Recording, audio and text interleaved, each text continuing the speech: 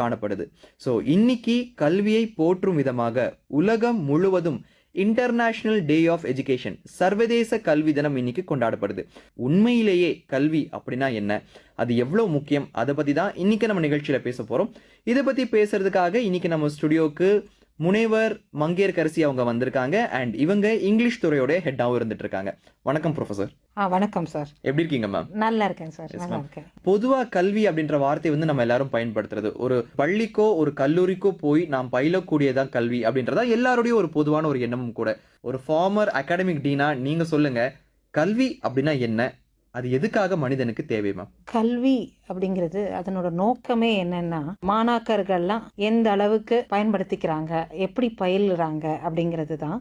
அதுலேருந்து நாலேஜை எப்படி அக்வயர் பண்ணுறாங்க. நாலேஜுங்கிறது வேற, அதை கற்றுக்கிறதுங்கிறது வேற. கற்றுக்கிறதுங்கிறது it's like a skill. Okay, அந்த மாதிரி நம்ம இது பண்ணலாம். இப்போ எஜுகேஷன் ஒரு இண்டிவிஜுவலுக்கு என்ன பண்ணுதுன்னா, அக்வயர் நாலேஜ் த்ரூ ஸ்கில்ஸ்ன்னு சொல்லுவேன். அப்புறம் அவங்களோட எபிலிட்டி, ஒரு இண்டிவிஜுவலுக்கு ஒரு ஸ்லோ பேஸாக இருக்கலாம், ஒருத்தவங்க ரொம்ப ஃபாஸ்ட்டாக கற்றுக்கலாம். ஒரு இண்டிவிஜுவலுமே ரொம்ப ரொம்ப டிஃப்ரெண்ட்டாக கற்றுப்பாங்க. அந்த பேஸுமே கொஞ்சம் இதாக இருக்கும். அதை எப்படி அவங்க மாஸ்டர் பண்ணி அதுக்கப்புறம் எந்த இது அவங்களுக்கு பிடிச்சிருக்குன்னு தெரியணும். இப்போ நம்மளே இருக்கோம், உனக்கு என்ன பிடிச்சிருக்கு, முன்னாடி எல்லாம் நம்மளுக்கு சாய்ஸே கிடையாது. இப்போ என்னன்னா நாலேஜ் சின்ன வயசுல இருந்தே அவங்களுக்கு ஒரு இன்பார்ன் டேலண்ட் இருக்கும், நாலேஜ் இருக்கும். அந்த நாலேஜை அப்படியே இன்டகிரேட் பண்ணி வித் த ஸ்கில்ஸ் அவங்க அதை கத்துக்கிட்டு அதுதான் கல்வின்னு சொல்றோம். Education is not preparation for life, education is life itself. எஜுகேஷனுங்கிறது வாழ்க்கையே அப்படின்னு சொல்றாங்க. நம்ம ஒரு ஸ்கூலுக்கு போய் தான் கல்வி கற்றுக்கணும்னு அவசியம் இல்லை. கல்விங்கிறது நம்ம ஊம்பில் இருக்கும்போதே ஆரம்பிக்குதுன்னு சொல்லலாம். ஏன்னா அந்த மதர் கொடுக்குற சிக்னல்ஸ்லேருந்தே அந்த குழந்தை அதை இன்பார்ன் இதாக இருக்குது. அது மாதிரி எஜுகேஷனுங்கிறது இட்ஸ் இன்பார்ன் ஒன். அண்ட் அதோட நம்ம என்ன பண்ணிக்கிறோம்னா, we integrate skill to acquire knowledge. Okay, அதுதான் நம்ம சொல்ல வர்றது. இப்போ பர்பஸ் ஆஃப் எஜுகேஷன் என்னங்கிறதுனா, எல்லா மாணாக்கர்களும் எப்படி அந்த சப்ஜெக்ட் நாலேஜை வளர்த்துக்கிறாங்க அப்படிங்கறது நம்ம சொல்லுறோம். எஜுகேஷன் என்ன தெரியாது, எக்ஸ்டென்சிவ் ரீடிங்னு சொல்லுவாங்க. என்னோட ப்ரொஃபசர் இளங்கோ அவர்கள் எக்ஸ்டென்சிவ் ரீடிங்னு சொல்லுவாங்க. இப்போ இங்கிலீஷ் லாங்குவேஜ் டீச்சர்ஸ் அசோசியேஷன்ல இருந்து இந்தியா ரீட்ஸ் அப்படிங்கிற ஒரு இது கொண்டு வந்திருக்காங்க.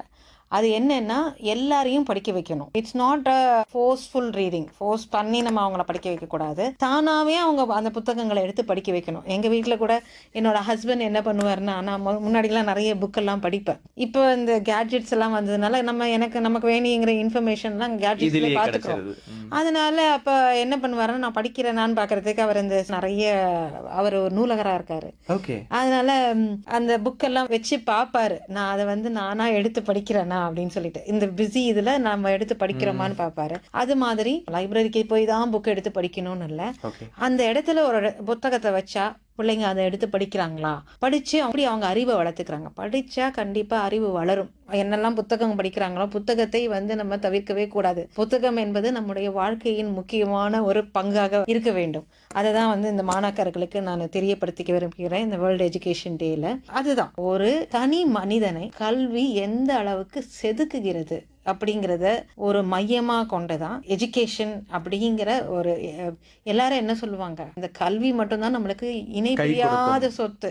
இறுதி வரை நம்மோடு வரக்கூடியது நம் கற்ற கல்வி. உறவுகள் கூட கிடையாது, கல்விதான் கடைசி வரைக்கும் நம்ம கூட வரும் அப்படின்னு சொல்லுவாங்க. அதனால கல்வி அந்த அளவுக்கு ஒரு முக்கியமான part and parcel of our life. Okay ma'am. இதே மாதிரி புத்தகம் படிக்கும்போது ஒரு கோர்ஸ் எல்லாம் நம்ம படிக்கிறோம் இல்லையா, அதுல இருந்து நம்ம கத்துக்கிறது, அதை எப்படி நம்ம பிராக்டிக்கலா அப்ளை பண்றோமோ அதுதான் விஸ்டம். அது நிறைய பேருக்கு நாலேஜ்னா அது நாலேஜோடய இருந்துடுறாங்க. விஸ்டம்ங்கிற அடுத்த ஸ்டேஜுக்கு போகணும். விஸ்டம் அது how you practically apply into your chosen ஃபீல்டுன்னு கூட சொல்லலாம்.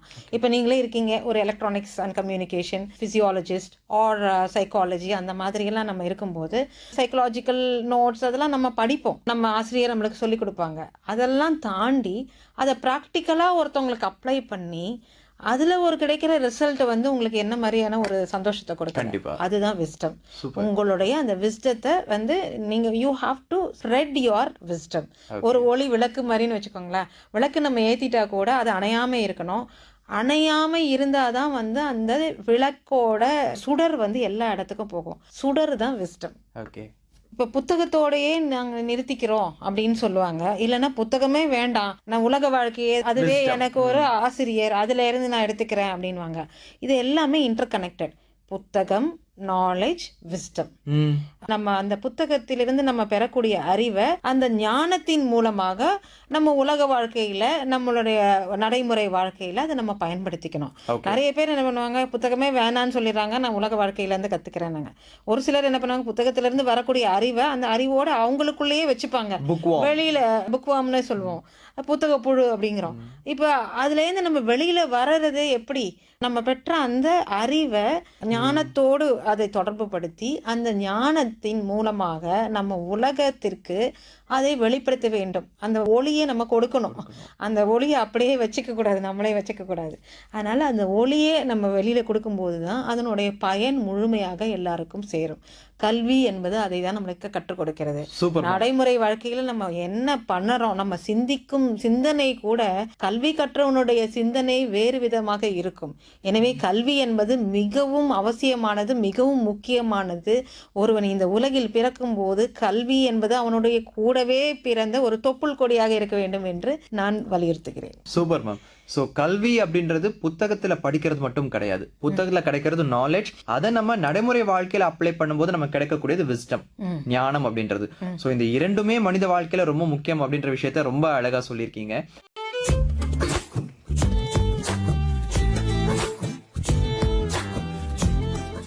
இந்த பொங்கலுக்கு ஏதாவது புதுசா வாங்கணும் போல இருக்கா? இல்லனா ஃபேமிலியோட ஒரு பிரேக் எடுத்துட்டு ட்ரிப் போகணும் போல இருக்கா? பண கஷ்டம்னால இந்த ஆசையெல்லாம் இன்னும் நிறைவேறாத மாதிரி இருக்கா? இப்போ உங்களுக்கும் உங்க ஃபேமிலிக்கும் இந்த பொங்கலுக்கு ஹாப்பினஸ் கொண்டு வாங்க மணப்புரம் கோல்ட் லோனோட. கவர்ச்சிகரமான தங்க நகை கடன் திட்டங்கள். அடமானம் வைக்கும் நாட்களுக்கு மட்டுமே வட்டி. மினிமம் ஃபிக்ஸ்ட் பீரியட் 7 or 15 டேஸ்னு ஒண்ணும் இல்ல. உங்கள் அருகில் உள்ள பிரான்ச்சை விசிட் பண்ணுங்க அல்லது 1800-420-2233 டோல் ஃப்ரீ நம்பருக்கு கால் பண்ணுங்க. மணப்புரம் கோல்ட் லோனின் மகிழ்ச்சி பொங்கும் பொங்கல் வாழ்த்துக்கள்.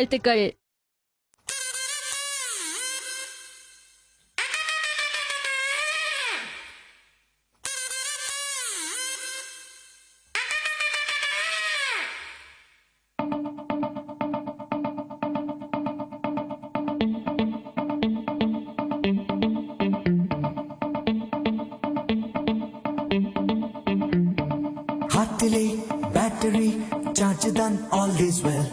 தோல்வியா டென்ஷனா சொல்லிடு ஆல் இஸ் வெல். ஹார்ட்டிலே பேட்டரி சார்ஜ் தான் ஆல் இஸ் வெல். தோல்வியா டென்ஷனா சொல்லிடு ஆல் இஸ் வெல். டைட்டாக லைஃபே ஆனாலும் லூசாக நீ மாறு. பப்பாளி போல நீ வந்தால் பூமி எங்கும் தொங்கும் தோட்டம்.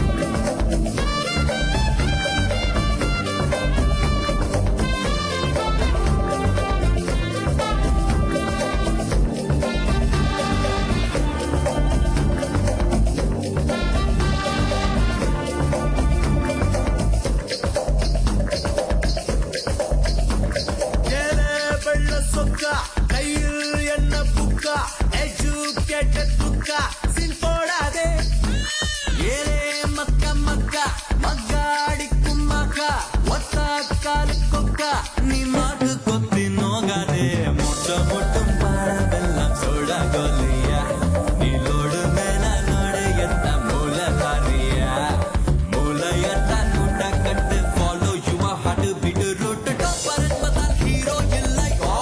இன்னைக்கு இன்டர்நேஷனல் டே ஆஃப் எஜுகேஷன், சர்வதேச கல்வி தினம் உலகம் முழுவதும் கொண்டாடப்படுது. இந்த நாளானது எப்படி உருவாச்சு மேம்? அதை பத்தி கொஞ்சம் நேயர்களுக்கு சொல்லுங்களேன். எந்த ஒரு நாளுமே ஒரு காரணத்திற்காக ஆரம்பிக்கப்படுகிறது. நம்ம என்ன சொல்றோம், நம்ம வெஸ்டர்ன் வேர்ல்டை பார்த்து கத்துக்கிறோம். இந்த டே ஃபாதர்ஸ் டே, மதர்ஸ் டே அப்படின்லாம் நம்ம சொல்றோம். இப்போ நம்ம நேரு மாமாவோடைய பிறந்த தினத்தை வந்து நம்ம குழந்தைகள் தினமா கொண்டாடுறோம். அப்ப இயேசுபிரானுடைய பிறந்த நாள் கிறிஸ்துமஸாக நம்ம கொண்டாடுகிறோம். கிருஷ்ணன் அவதரித்த நாளுமே வந்து கிருஷ்ண ஜெயந்தின்னு நம்ம கொண்டாடுறோம். அதுக்கப்புறம் மதர்ஸ் டே, ஃபாதர்ஸ் டேன்னு இருக்கும்போது இந்த United Nations general assembly proclaimed 24th ஜனவரி 24 ஜனவரியை வந்து ஒரு இன்டர்நேஷனல் டே ஆஃப் எஜுகேஷனா வந்து அனௌன்ஸ் பண்றாங்க. எதற்காக அதை அனௌன்ஸ் பண்றாங்கன்னா, to celebrate the role of education, கல்வியினுடைய பங்கு. எதற்காக? ஒரு உலக அமைதிக்காகவும் நம்முடைய வளர்ச்சிக்காகவும் உதவக்கூடிய கல்வியை அனைவரும் போற்ற வேண்டும், அனைவரும் அதை பாதுகாக்க வேண்டும், அனைவரும் அதை படித்து தெரிந்து கொள்ள வேண்டும். அனைவரும் விஷயங்களை வந்து நம்ம கல்வி இல்லாம ஒண்ணுமே தெரிஞ்சுக்க முடியாது. அதனால அதை தெரிஞ்சுக்கணும்ன்ற அதை வலியுறுத்துறதுக்காக யுனைடெட் நேஷன்ஸ் 24 ஜனவரியை உலக கல்வி தினமாக அறிவித்திருக்கிறது. போன வருஷத்தோட தீம் என்னன்னா, லேர்னிங் ஃபார் லாஸ்டிங் பீஸ். எல்லாமே தீம் வந்து ரிவால்வ்ஸ் அரவுண்ட் பீஸ். ஏன்னா அதனோட ஃபவுண்டேஷனே பீஸ் தான், அமைதி. இந்த கல்வியின் மூலமாக எப்படி நம்ம இந்த உலகம் முழுவதும் ஒரு அமைதி நிலவ செய்ய வேண்டும் அப்படிங்கிறது தான் ஒரு குறிக்கோளா இருக்கு. அந்த குறிக்கோளோட அந்த ஃபவுண்டேஷனோட தான் அனௌன்ஸே பண்ணியிருக்காங்க. அதனால ஒவ்வொரு வருஷத்தோட தீமோடையும் இந்த பீஸுங்கிறது ஒரு இன்டகிரேட்டட் ஒன்னா இருக்கும். அதனால இப்ப இந்த போன வருஷத்தோட தீம் என்னன்னா, லாஸ்டிங் பீஸ், ஆழ்ந்த அமைதிக்கு உண்டான ஒரு கருத்தை வலியுறுத்தி இருந்தது. இப்ப என்னன்னா, இந்த வருஷத்துக்கு வந்து ஏஐ இன்டகிரேட்டட், நிறைய நம்ம இந்த மெஷின் லேர்னிங் அந்த மாதிரி எல்லாம் வருது, நம்ம கேட்ஜெட்ஸ் எல்லாம் இருக்கிறதுனால ஆர்டிபிஷியல் இன்டெலிஜென்ஸ் அப்படிங்கிறது வந்து இப்போ இருக்கு. அதோட ஆக்மெண்டட் ரியாலிட்டி. நான் இப்போ வந்து ஒர்க் பண்ணிட்டு இருக்க ரிசர்ச் ஏரியாவே அதுதான், integrating artificial intelligence into augmented reality சம்பந்தமா தான் நாங்க வேலை பார்த்துட்டு இருக்கோம். கல்விக்குள்ள வந்தாச்சு. அது வந்து இன்செப்பரபிள் பார்ட்னு ஆயிப்போச்சு. இப்போ அந்த இன்செப்பரபிள் பார்ட் நம்ம மனுஷனை ஒதுக்கி தள்ளாம அது எப்படி இன்டகிரேட் பண்ணி நம்ம ஸ்மார்ட்டா, நம்ம அதை விட ஒரு மூளை 6 அறிவு உடைய மனிதர்கள், நம்ம அதுக்கு வந்து கல்வி இங்கே முக்கியமா இருக்கு. அந்த ஆர்டிபிஷியல் இன்டெலிஜென்ஸே வந்தாலும் நம்மளுடைய கல்வி அறிவின் மூலமாக கிடைத்த ஞானத்தின் மூலமாக அதை எப்படி மனிதனை ஒதுக்காமல் நம்முடைய ஒரு ஸ்மார்ட்னஸ்னால அதை எப்படி நம்ம கையாள முடியும் வித் ஆக்மெண்டட் ரியாலிட்டி. ஏஐ வந்தாச்சு, ஆக்மெண்டட் ரியாலிட்டியோட அது வந்து எப்படி கனெக்ட் பண்றது, அது நம்ம எல்லாரையும் மனிதர்களெல்லாம் ஒதுக்கி விட்டுட்டு ஒரு ரோபோவே வந்து எல்லாமே பண்ண போகுதோ அப்படிங்கிற ஒரு பயத்துடன் நம்ம இருக்கோம். அந்த பயம் இல்லாமல் இருக்க செய்வதற்கு கல்வி மிகவும் உறுதுணையாக இருக்கிறது.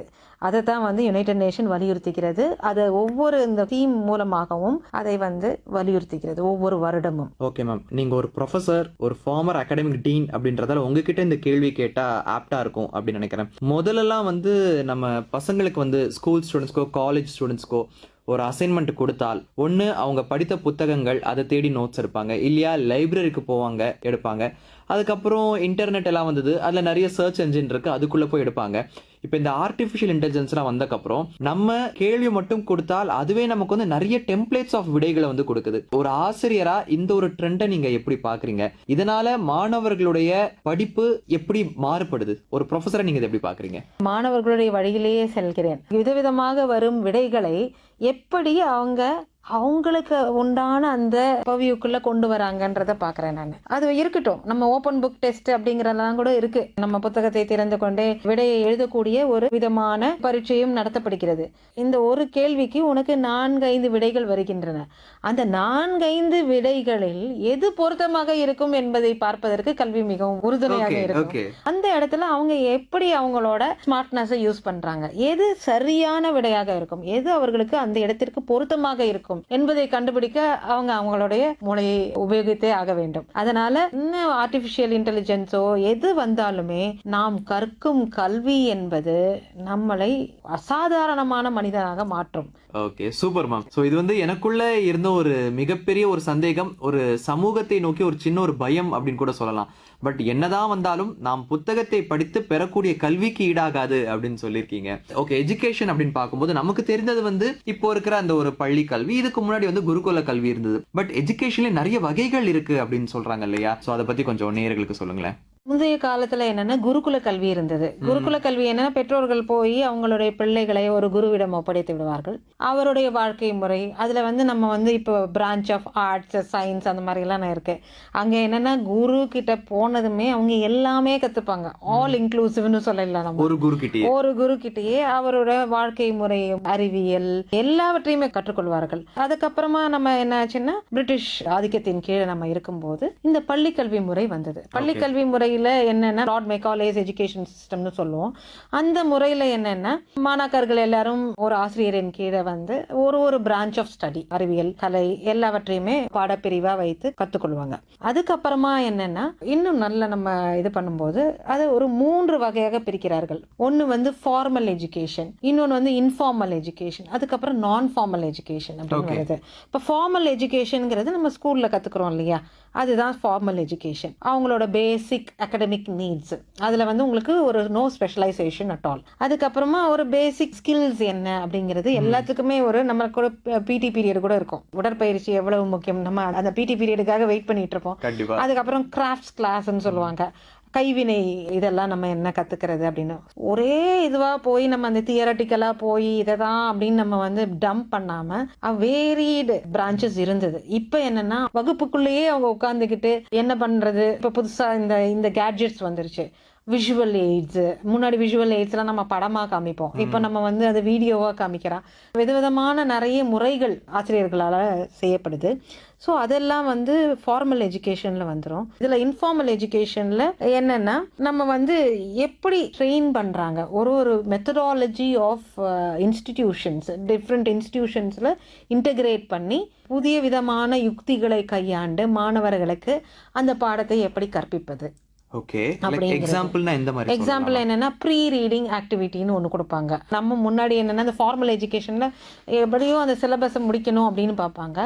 இன்ஃபார்மல் எஜுகேஷன்ல என்னன்னா இன்னும் ஒரு ஸ்பெஷல் அட்டென்ஷன், ஒன் அட்டென்ஷன். நம்ம குழந்தைக்கு தனியா சொன்னோம் டியூஷன் மாதிரி ஆயிரும்னு வச்சுக்கோங்களேன். இப்போ குருகுல கல்வியிலேயே 1-on-1 அவங்க அந்த இதுல இருக்க மாதிரி நம்ம அவங்களுக்கு ஒரு சிறப்பான ஒரு யுக்திகளை கையாண்டு அவங்க இன்னும் நல்லா அதை புரிந்து கொண்டு படிக்கக்கூடிய வகையில ஒரு ஸ்பெஷல் அட்டென்ஷன் கொடுத்து படிக்கிறது இன்ஃபார்மல் எஜுகேஷன் அப்படின்னு சொல்றாங்க.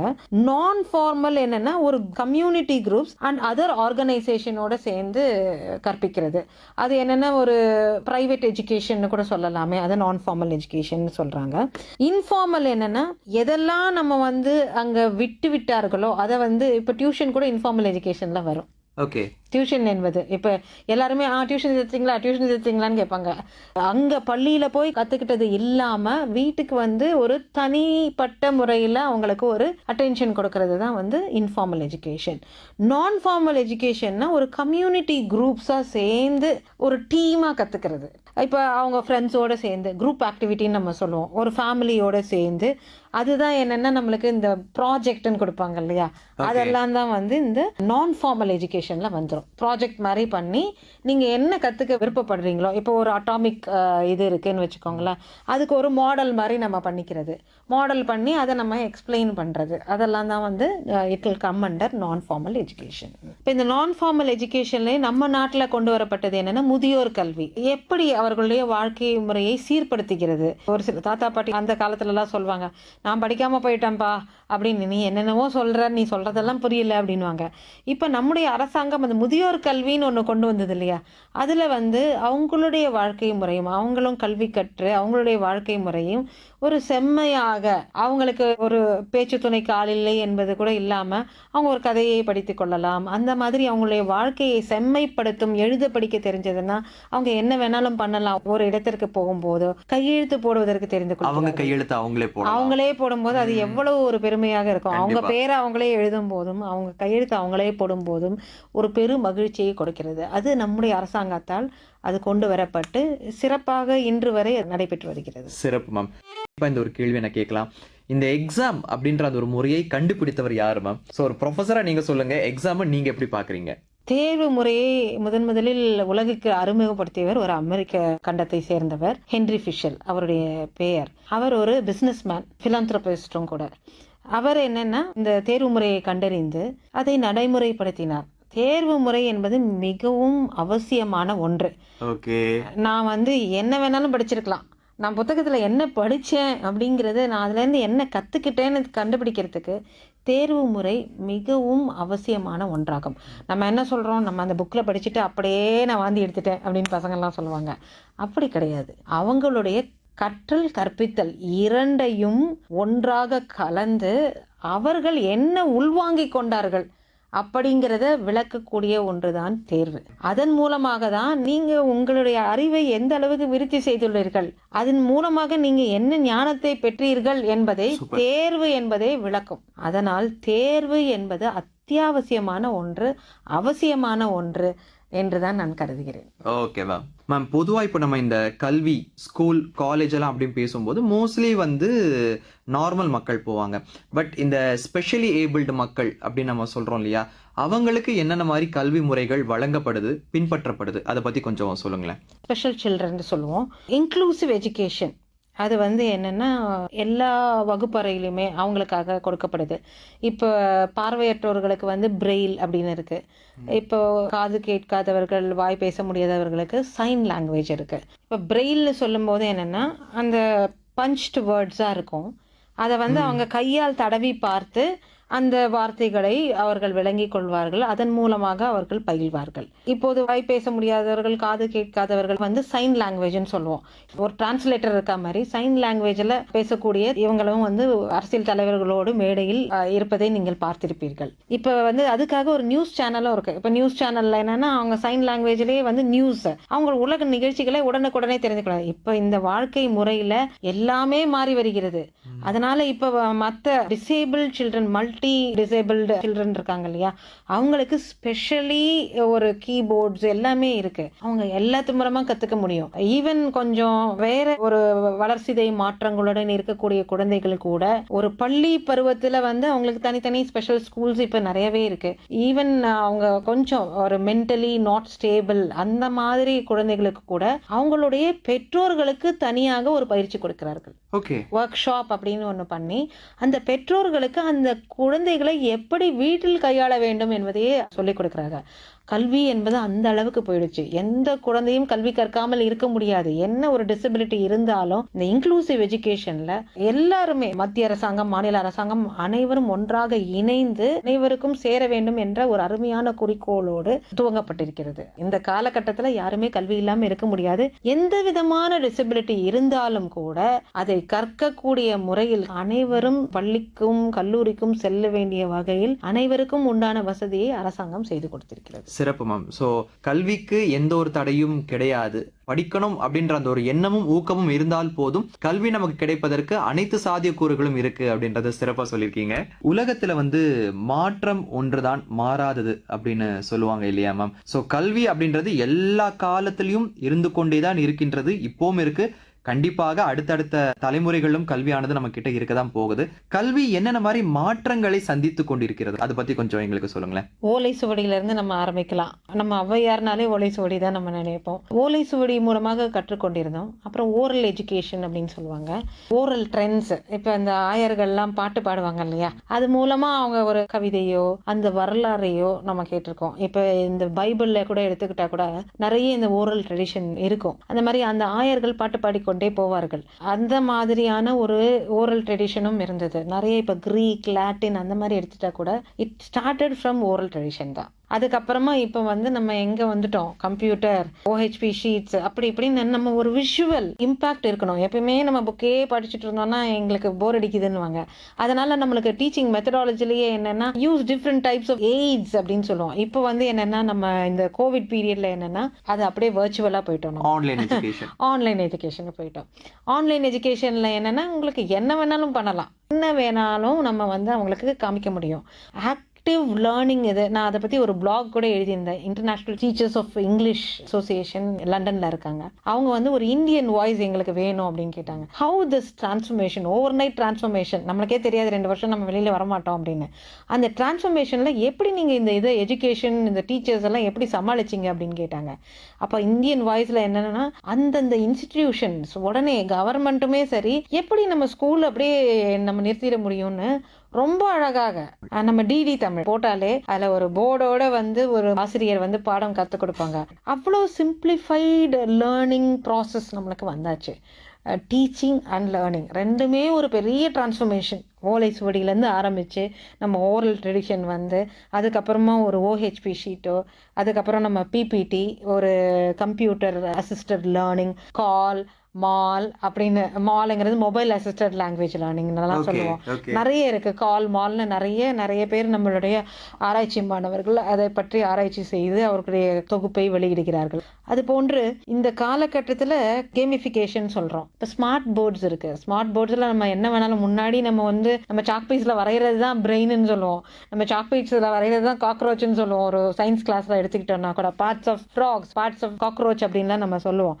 ஆனால் இப்போ என்னென்ன ஸ்மார்ட் போர்டில் நம்ம விஷுவலாக என்ன வேணாலும் கொண்டு வரலாம், கரெக்டாக கொண்டு வரக்கூடிய அந்த ஒரு சாத்தியமும் நம்மளுக்கு இருக்குது. அதனால் இப்போ எக்ஸ்பீரியன்ஷியல் லேர்னிங்னு போயிட்டோம். நம்ம எக்ஸ்பீரியன்ஷியல் லேர்னிங்னா நம்ம அந்த இடத்துலயே போய் கற்றுக்கிறது. அது வரைக்கும் முன்னாடினா ஒரு சுற்றுலா என்பது ஒரே ஒரு நாள் தான் இருக்கும், அந்த நாளுக்காக நம்ம ஏங்கி காத்துட்டு இருப்போம். இப்போ அப்படிங்கிற ஒவ்வொரு நாளுமாக சுற்றுலாவை கூட வச்சுருக்கலாம். எக்ஸ்டர்னல் லேர்னிங், எக்ஸ்பீரியன்ஷியல் லேர்னிங், நம்ம அதை உணர்ந்து கற்றுக்கொள்வது. நீங்கள் வெறும் வகுப்பறைக்குள்ளேயே 4 சுவற்றுக்குள்ளேயே உட்கார்ந்து இல்லாமல் வெளியே போய் பார்த்து அதை கற்றுக்கிறது. இப்போ இருக்க காலகட்டத்தில் எங்களுக்கே நிறைய அறிவுறுத்துறது என்னென்னா எக்ஸ்பீரியன்ஷியல் லேர்னிங். நாக் வரும்போது கூட அவங்க என்ன மாதிரியான different types of learning, different types of என்ன நீங்கள் ஃபாலோ பண்ணுறீங்கன்னு தான் கேட்குறாங்க. அப்போ என்னென்னா இந்த எக்ஸ்பீரியன்ஷியல் லேர்னிங் அப்படிங்கிற ஒரு புதுசு வந்திருக்கு. கொலாபரேட்டிவ் லேர்னிங்னு இருக்குது. அப்புறம் லேட்டஸ்ட் ட்ரெண்ட்ஸ் அப்டேட் பண்ணிகிட்டே இருக்கணும். நம்ம பாட்டுக்கு முன்னாடி போனோமா, ஒரு ஆசிரியர் மட்டும் மோனோலாக்னு சொல்லுவோம், அதை வெறும் ஆசிரியர் மட்டும் அப்படி ஷேக்ஸ்பியர் எடுத்தாங்கன்னா ஒரு டோன் எடுத்து பேசுவாங்க அவங்க. இப்போ ஒரு கம்பனை எடுத்துக்கொள்ளுங்கன்னா கம்பனை போன்றே அவங்க கம்பனாகவே மாறிவிடுவார்கள். ஒரு ட்ராமாட்டிக் மோனோலாக் அந்த மாதிரி இருக்கும். அது ஆசிரியர் மட்டுமே நிரப்பி கொண்டிருந்த இடம். அந்த இடத்தில் மாணவர்கள் பங்களிப்பு என்பது வெறும் செவியில் அவர்கள் என்ன உணர்கிறார்களோ அது மட்டுமாகவே இருந்தது. ஆனால் இன்றைய காலகட்டத்தில் வகுப்பறையில் இது போன்ற விதவிதமான கற்றல் கற்பித்தல் முறை இருக்கும்போது மாணவர்களும் பங்கேற்கிறார். அவங்க அங்க அமைதியாக உட்கார்ந்து இருக்க வாய்ப்பே கிடையாது. லாஸ்ட் பெஞ்ச் அமைதியா இரு அப்படின்னு நம்ம பேசாதேன்னு சொல்ற இதே கிடையாது. பேச வேண்டும், வகுப்பறையில் பங்கு பெற வேண்டும் என்பதை வலியுறுத்துகிறார்கள். அவர்களே நமது ஆசிரியர்களாக இருக்கிறார்கள். அவர்கள் பங்களிப்பில் இருந்தும் நாம் கற்றுக்கொள்வது நிறைய விஷயங்கள் இருக்கிறது. அதுதான் இந்த காலகட்டத்தில் இந்த புதுவிதமான பயிற்சி முறைகள் அனைத்துமே நமக்கு உணர்த்துகின்றன. ஓகே, சர்வதேச கல்வி தினம் மட்டும் கிடையாது, இன்றைய நாள் நேஷனல் விமன் சைல்டு டேயும் இன்னைக்கு கொண்டாடப்படுது இல்லையா? ஸோ பெண் கல்வி இன்றைய காலகட்டத்தில் நம்ம நாட்டில் எப்படி இருக்கு, அதை பத்தி கொஞ்சம் சொல்லுங்களேன். பெண் கல்வி என்பதே கூடாது என்று ஒரு காலகட்டம் இருந்தது. அதில் முத்துலட்சுமி ரெட்டியார் முதன்முறையாக கல்வி கற்று அந்த எந்த அளவுக்கு அவங்க அதை விரிவுபடுத்தினாங்க அப்படிங்கிறதே நமக்கு தெரியும். ஒரு புற்றுநோய் மருத்துவமனை உருவாக காரணமாக இருந்தவர்களே அவர்களாக இருக்கிறார்கள். அது போன்று இப்பொழுது பெண்கள் அசாத்தியமானவர்கள், என்னையும் சேர்த்தே சொல்கிறேன் நான். பெண் கல்வி என்பது மிகவும் முக்கியமான ஒன்று. எதற்காக பெண் கல்வியை அன்றைய தினத்திலே வலியுறுத்தினாங்கன்னா, ஒரு வீட்டை நடத்தி செல்வது ஒரு பெண் தான். Men are from Mars, women are from Venus அப்படிங்கிற ஒரு புத்தகத்தை படித்திருப்பீர்கள் என நம்புகிறேன். படிக்கவில்லை என்றால் படித்து பாருங்கள். அதுல ஒரு ஆண் என்பவன் எப்படி இருப்பான், பயாலஜிக்கலா அவனுக்கு ஒரு சர்டன் இதுதான் இருக்கு. பெண் என்பவள் அனைத்தையும் சமாளித்து கொண்டு அந்த வீட்டையே வழி நடத்துபவளாக இருக்கிறார். அவளுக்கு ஒரு கல்வி கிடைச்சதுன்னு வச்சுக்கோங்க, அது இன்னும் நம்மளுக்கு ஒரு அடிஷனலா நம்மளுக்கு கிடைச்ச ஒரு பெரிய பலம். அந்த வீட்டிற்கே ஒரு பலம், நாட்டிற்கே பலம்னு சொல்லுவேன். அதனால பெண் கல்வி என்பது இப்போ இன்னும் நல்ல ஒரு வேலை வாய்ப்பை உருவாக்கக்கூடிய ஒரு இதா இருக்கு. அவர்கள் வேலைக்கும் சென்று வீட்டையும் பார்த்து கொண்டு அனைத்தையும் அருமையான முறையில சமாளிக்கிறார்கள். அதற்கு பெண் கல்வி என்பது மிகவும் முக்கியத்துவம் வாய்ந்தது. கவர்மெண்டே விமென்ஸ் எஜுகேஷனுக்காக தனியாக மகளிர் கல்லூரி, மகளிர்கள் மட்டுமே படிக்கக்கூடிய பள்ளிகள் அது போன்று இருக்கின்றன. அந்த காலகட்டத்தில் இப்பொழுது இருபாலரும் சேர்ந்து படிக்கக்கூடிய பள்ளிகளும் இருக்கின்றன. அந்த இருபாலரும் சேர்ந்து படிக்கும் போது நிறைய விஷயங்களை அவர்கள் கற்றுக்கொள்கிறார்கள். நாம அந்த பெண்களோடய இருக்கும் போது தெரியாது. இப்போ ஆண்களோடு சேர்ந்து படிக்கும் போது ஒரு பெரிய காம்படிஷனே இருக்கு. பெண்கள் அதை நல்லா பெர்ஃபார்ம் பண்ணுவாங்க. நீங்களே ஒரு போர்டு எக்ஸாமோட ரிசல்ட் பார்த்தீங்கன்னா பெண்கள் தான் டாப்பரா இருப்பாங்க. ஒரு ஸ்டேஜுக்கு அப்புறமா ஆண்கள் என்னன்னா சரி பரவாயில்ல அப்படின்னு விட்டுருவாங்க. ஆனா இப்பொழுது சரியான ஒரு போட்டியாக நிலவி வருகிறது. அதுல பெண்கள் எப்பவுமே ஸ்மார்ட்டாக இருக்கிறார்கள் தான் நான் சொல்லுவேன். Okay ma'am. ஸோ இந்த கல்வியை மேம்படுத்துவதற்காக நம்முடைய அரசாங்கம் என்னென்ன மாதிரி திட்டங்கள் எல்லாம் நமக்கு வந்து கொடுத்துருக்காங்க மேம்? அதை பத்தி கொஞ்சம் சொல்லுங்களேன். கல்வி மேம்பாடு தான் முக்கியமான குறிக்கோளாக இருக்கிறது. எந்த அரசாங்கமாக இருக்கட்டும், கல்வி என்பது மிக முக்கிய பங்கு வகிக்கிறது. முதல்ல அவங்க எஜுகேஷனல் பாலிசிஸ், அந்த விஷன்ஸ், கோல்ஸ், அதுக்கப்புறம் அந்த குறிக்கோள் என்ன அப்படிங்கிறது எஜுகேஷன் சிஸ்டம்ல இருந்து தான் அவங்க ஆரம்பிக்கிறாங்க. அதனால இது என்னன்னா ஒரு ஸ்டாண்டர்ட் கரிக்குலம் வச்சுக்கிறாங்க. நானுமே வந்து என்னுடைய ஆராய்ச்சியின் தலைப்பாக 150 இயர்ஸ் ஆஃப் எஜுகேஷன் தான் நான் பார்த்தேன். நான் ஓகே. அந்த 150 இயர்ஸை ட்ரேஸ் பண்ணும்போது நம்மளுடைய 5 பல்கலைக்கழகங்கள் இருந்தன. மும்பை, சென்னை, இந்த மெட்ரோ சிட்டிஸ், அந்த 5 பல்கலைக்கழகங்களும் எந்த மாதிரியான பாடத்திட்டங்களை அவர்கள் உருவாக்கினார், எந்த மாதிரியான ஒரு கரிக்குலம் இருந்தது அப்படின்னா அந்த கரிக்குலமுக்கு இணையே இல்லைன்னு சொல்லுவேன். அந்த டைம்ல அவங்க இன்ட்ரடியூஸ் பண்ண போகும்போது அவ்வளோ அழகாக அருமையாக வகுத்திருந்தார்கள். இது வந்து லார்ட் மெக்காலேஸ் எஜுகேஷன் சிஸ்டம்ல தான் ஃபாலோ பண்ணியிருக்காங்க. அதனுடைய பங்களிப்பே இப்போ ஒரு ஃபவுண்டேஷன் கோர்ஸ்ன்னு வச்சுக்கோங்களேன். ஒரு இங்கிலீஷ் இருக்கு. நான் ஆஸ் அ இங்கிலீஷ் ப்ரொஃபஸர் நான் இங்கிலீஷில் தான் ட்ரேஸ் பண்ணேன் அந்த 150 இயர்ஸ் ஹிஸ்ட்ரி. அந்த பல்கலைக்கழகங்களில் நாங்கள் அதை வந்து பார்த்துட்டு இருக்கும்போது என்னென்னா அருமையாக இதை பற்றின ஒரு புத்தகமே வெளியிட்டு இருக்கிறார்கள். எப்படி நம்ம அதை வந்து கரிக்குலம் என்பதை எப்படி பார்க்கணும், சிலபஸ் என்பதை எப்படி பார்க்கணும், அதற்கு எந்த மாதிரியான தேர்வு முறை இருக்க வேண்டும், அதற்கு எந்த மாதிரியான அசஸ்மெண்ட்னா எப்படி நம்ம திருத்தும் முறை, மதிப்பெண் வழங்கும் முறை எப்படி அப்படின்னு ஒன்னொன்னா தனித்தனியாக விவரித்து சொல்லியிருக்காங்க. இப்போ கல்வி அப்படின்னு வரும்போது என்னன்னா நம்முடைய அரசாங்கம் வந்து பல விதங்களில் உதவுறாங்க. மதிய உணவு வழங்கி கொண்டிருந்தார்கள். இப்பொழுது காலை உணவுமே வழங்கப்படுகிறது. பள்ளிக்கு வர வேண்டாம்னு நினைக்கிற குழந்தைங்க கூட காலை உணவு சாப்பிட்றதுக்காக வந்துட்டு அப்படியே பள்ளியில இருந்து அதுக்கப்புறம் மதிய உணவும் சாப்பிட்டுட்டு அவங்களுக்கு வேணுங்கிற எல்லாமே இலவசமாக வழங்கப்படுகிறது. இப்போ நம்ம பணம் கட்டினா எனக்கு ஃபீஸ் கட்டுறதுக்கு பணம் இல்லையே அப்படின்னு பெற்றோர்கள் வருத்தப்பட வேண்டிய அவசியமே இல்லை. அரசாங்க கல்லூரியிலேயோ பள்ளியிலேயோ ஆசிரியர்களும் சரி மாணவர்களும் சரி அருமையான முறையில் ஒரு சாதனையை புரிகிறார்கள். இப்போ நம்மளுக்கு இங்கே ஒரு போர்டு எக்ஸாமில் பார்த்தா கூட ஒரு ஃபர்ஸ்ட் ரேங்க்னு வரும்போது ஒரு அரசாங்க பள்ளியில் இருக்க பிள்ளைகள் வருகிறார்கள். இது போன்ற பல வசதிகளை அரசாங்கம் நம்மளுக்கு செய்திருக்கிறது. மிதிவண்டி, கம்ப்யூட்டர் அனைத்துமே வழங்கி கொண்டிருக்கிறது. அவங்களுக்கு தேவையான உபகரணங்களோ அருமையான முறையில் வந்து செல்லக்கூடிய வகையில் எல்லா வசதிகளையுமே அரசாங்கம் செய்து கொடுத்து எல்லாமே இலவசமாக செய்து கொடுத்திருக்கிறது. அதுதான் இதனுடைய சிறப்பு. அது மட்டும் இல்லாமல் ஹாஸ்டல் வசதி, அவங்க அங்கேயே தங்கி படிக்கக்கூடிய ஒரு ஹாஸ்டல் வசதி. முன்னாடி நான் வந்து சிட்டிக்கு போனால் தான் படிக்க முடியும்னு, இப்போ அவங்க இருக்க கிராமத்திலேயே கல்லூரிகளும் வந்து விட்டது. அவர்கள் விரும்பிய பாடங்களை அங்கேயே படித்துக் கொள்ளலாம். அப்படி இருந்தாலும் ஒரு சிறப்பான முறையில் விருப்ப பாடம் இருந்தாலும் கூட அவர்கள் அங்கே சென்று இலவசமாக ஹாஸ்டல்ல தங்கி படிக்கிறதுக்குமே, அப்படி இல்லைன்னாலும் ஸ்காலர்ஷிப் அப்படிங்கிற ஒரு சிஸ்டம் கொண்டு வந்திருக்காங்க.